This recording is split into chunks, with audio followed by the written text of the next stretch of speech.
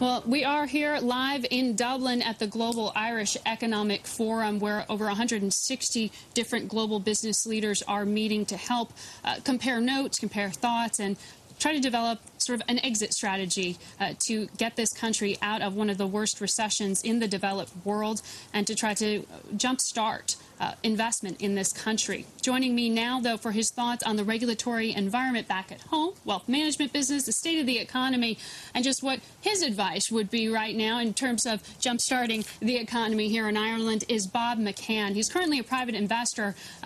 The Wall Street, though, knows him very well as the former head of Merrill Lynch Global Banking. Good morning to you. Good afternoon, I guess, local time. Margaret. Very excited to have you. I know this is your first interview since you left Merrill Lynch. It is, yes. What made you come here to this conference to make that, once again, that entrance into the public arena? Well, my attendance here was long scheduled, but I love Ireland. I love coming to Ireland. I love the Irish people and respect them. I've been involved with the American Ireland Fund for 10 years, and that's really fueled my love of Ireland. And when I heard of the Taoiseach and the Foreign Minister, Michael Martin, and this Global Irish Economic Forum, I want to be part of it. So I'm here, and I'm excited about that. Now, you spent so many years at Merrill Lynch in the wealth management business. If you were advising clients right now, looking not just at this market, but what's happening at home, what would you be advising them? Sure. Well, I think the markets and the economy is at actually a very critical juncture right now. I think that the improvement in the economy in the United States has largely, if not exclusively, been driven by the fiscal stimulus. The largest fiscal stimulus probably in the history of the United States. I think the rally in the stock markets has been twofold. The rally from March to June I saw as a relief rally.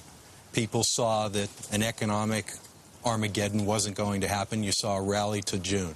From June on, I think it's largely been liquidity driven. Balance sheets, personal balance sheets are very liquid. People have a lot of cash, and I think that's been driving the strong stock market from June on. I worked with David Rosenberg for a long time. I have a lot of respect for him. He's a Gluskin chef up in Toronto now, and he did a piece this week, and David said that it's a unique time and that it would seem that liquidity is trumping fundamentals. Now, I'm more optimistic on the economy and markets than my friend David, but I can tell you that over the long haul, it will be fundamentals that matter.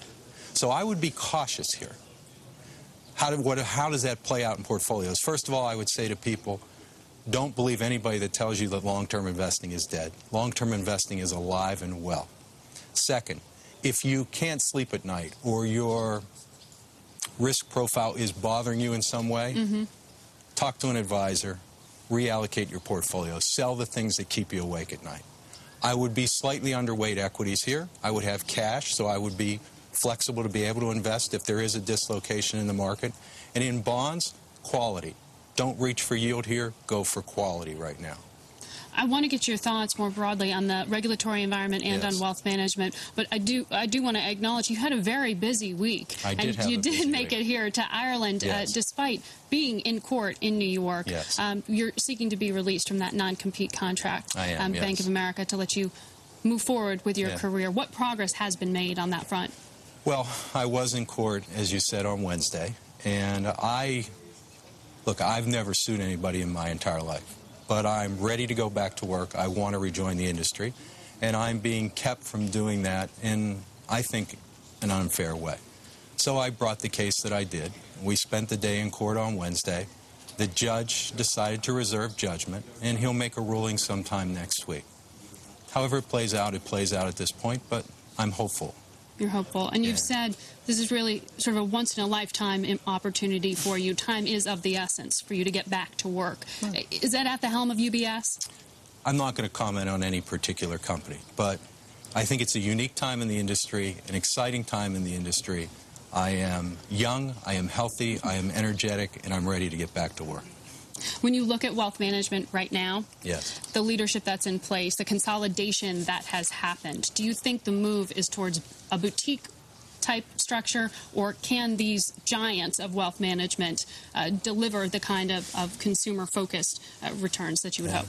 You know, I've worked on Wall Street for nearly 30 years, but there's clearly been consolidation has been an ongoing story, but more abrupt and violent consolidation over the last 9 to 12 months than at any time in my career. Look, right now, what I see is a lot of firms talking about how big they are. Size and scale, as a businessman, I can understand it. But nobody can tell me that size and scale, even of itself, is great for the client. You have to deliver for the client. I think wealth management is a growth industry. I think that it is an industry that this service is needed. I think there's a place for great advisors who have skill on the investing side and who also have the ability to develop and sustain long-term relationships. I'm very optimistic about wealth management. Okay. Thank you so much, Bob McCann, private investor. Thank you so much for joining us in your first interview since leaving Merrill Lynch.